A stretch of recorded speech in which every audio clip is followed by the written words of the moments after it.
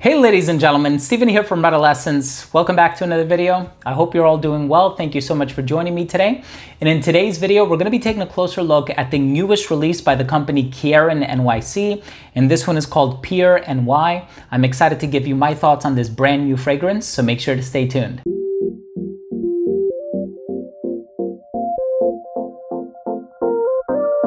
Now, before I begin my fragrance review of Pier NY by Kierin Nyc, and I tell you all about this fragrance, how it smells, how it performs on my skin, so on and so forth, I do want to mention that if you are a fan of fragrance-related content, if you like fragrance reviews here on YouTube just like this, but also top 10 videos, giveaways, unboxings, and more, please do consider supporting this channel by subscribing to it. And of course, if you can give this video a thumbs up, it would really mean a lot to me. And so Kierin Nyc, of course, is a brand that I've known about for a few years now. Of course, they have Santal Sky, Sunday Morning. They have a lot of really interesting fragrances. Santal Sky smells a little bit like Santal 33 by Le Labo. And I think I meant to say Morning Brunch, excuse me, but I always get the name of that one confused. But that's a really interesting fragrance too. And so they have a really interesting library of different notes. They have a rose-based fragrance, a sandalwood-based fragrance, and they actually do have a fig-based fragrance. And this one also has fig in it. And it has a pretty complex note breakdown. So we have fig, eucalyptus, bergamot, violet, mimosa, tonka wood, sage, seaweed. There's a lot going on in here, and just based off of those notes alone, you will get the sense and the idea that this is going to be a summertime type of a fragrance just because of that salted fig and the fresh citrusy ingredients, the seaweed and the dried down. And of course, this is inspired by the Piers of New York. So I'm very excited to give you my thoughts on the smell. Let's start things off with the presentation.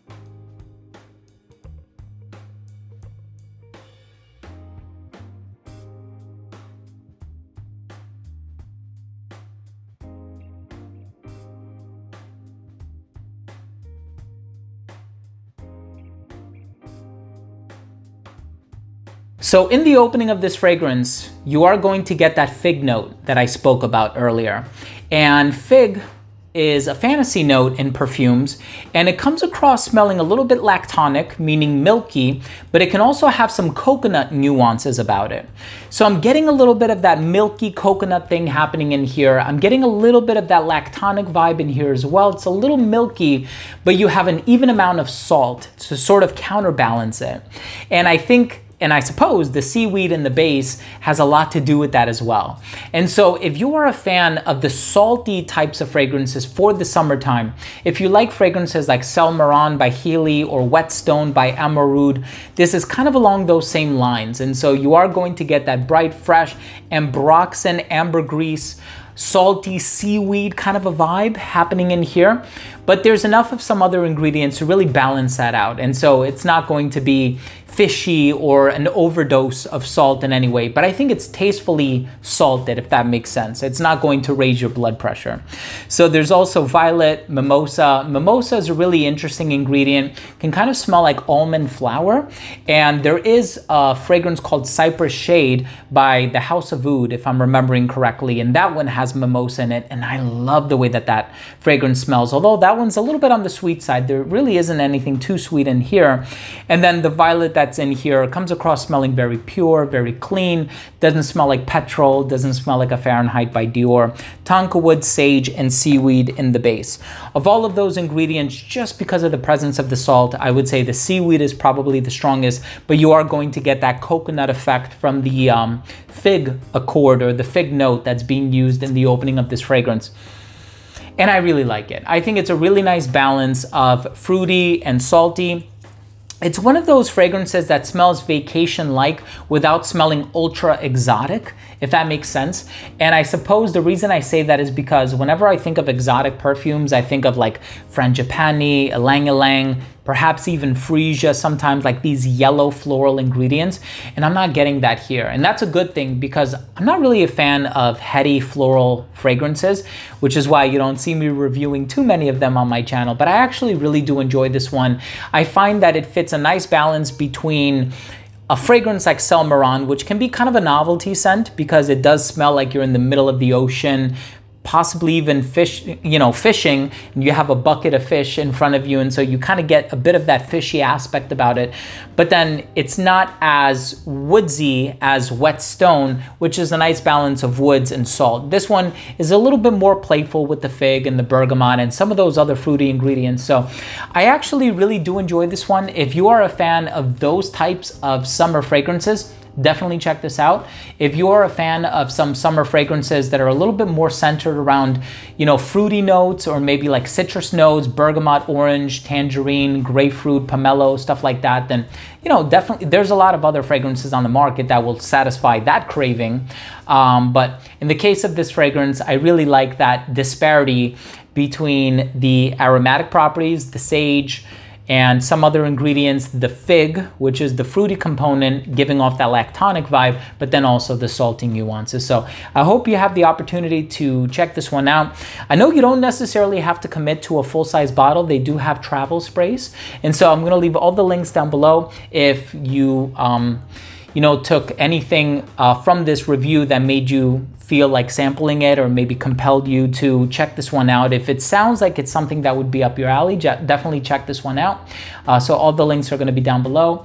Thank you for joining me. Let's go ahead and finish things off with my overall assessment. So first up, in terms of the uniqueness and the overall smell, I do actually find this one to be unique just because it combines fig with salt. There are a lot of other fig-based fragrances on the market. Of course, the perfumer for this is Jerome Epinette. And if you've smelled fragrances like, in my opinion, Musk Imperial by Atelier Cologne, he's done a lot of fragrances for Atelier Cologne, although I'm not sure if he's done that one. But that one also kind of gives off a bit of that milky fig quality. He's also done a lot of fragrances by Rado.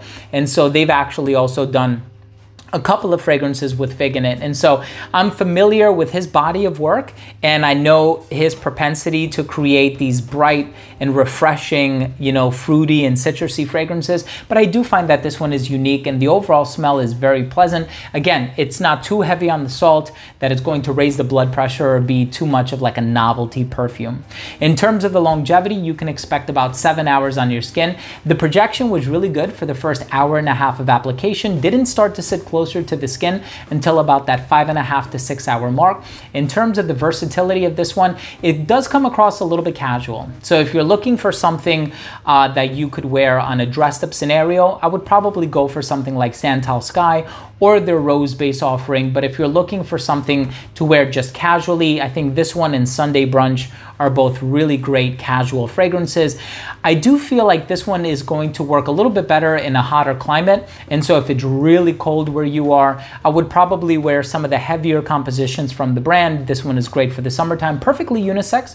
And I think anybody of any age can wear this one as well. In terms of the presentation, of course, going along with that New York aesthetic, I think they really hit the nail on the head. So my final verdict for this fragrance is, if you are in the market for a fragrance that can be worn during the hot weather, something that gives off a casual vibe, something with a moderate level of uniqueness, and if you like salty and fruity fragrances, if those types of scents are up your alley, definitely check this one out. I think you'll find something really interesting with this one. So there you have it, ladies and gentlemen. Thank you so much for joining me today. I hope I did a pretty good job of discussing this fragrance as objectively as possible, but from a subjective standpoint, I really do enjoy this one. I love Sunday Brunch. That's probably one of my favorite scents from Kierin Nyc, and of course, Santal Sky. I think that Santal 33 DNA, although I don't think in the case of this brand it was intentional, but I think that Santal 33 DNA is a bit overdone, but I really do love Sunday Brunch, and I think that this one is great as well. So thank you so much for joining me today. I hope you enjoyed this review. I hope you took something of value from this video and my analysis of this fragrance.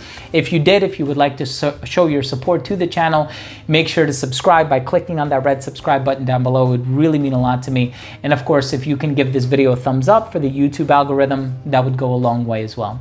Thank you so much for joining me. Love you all. We'll see you soon. Bye.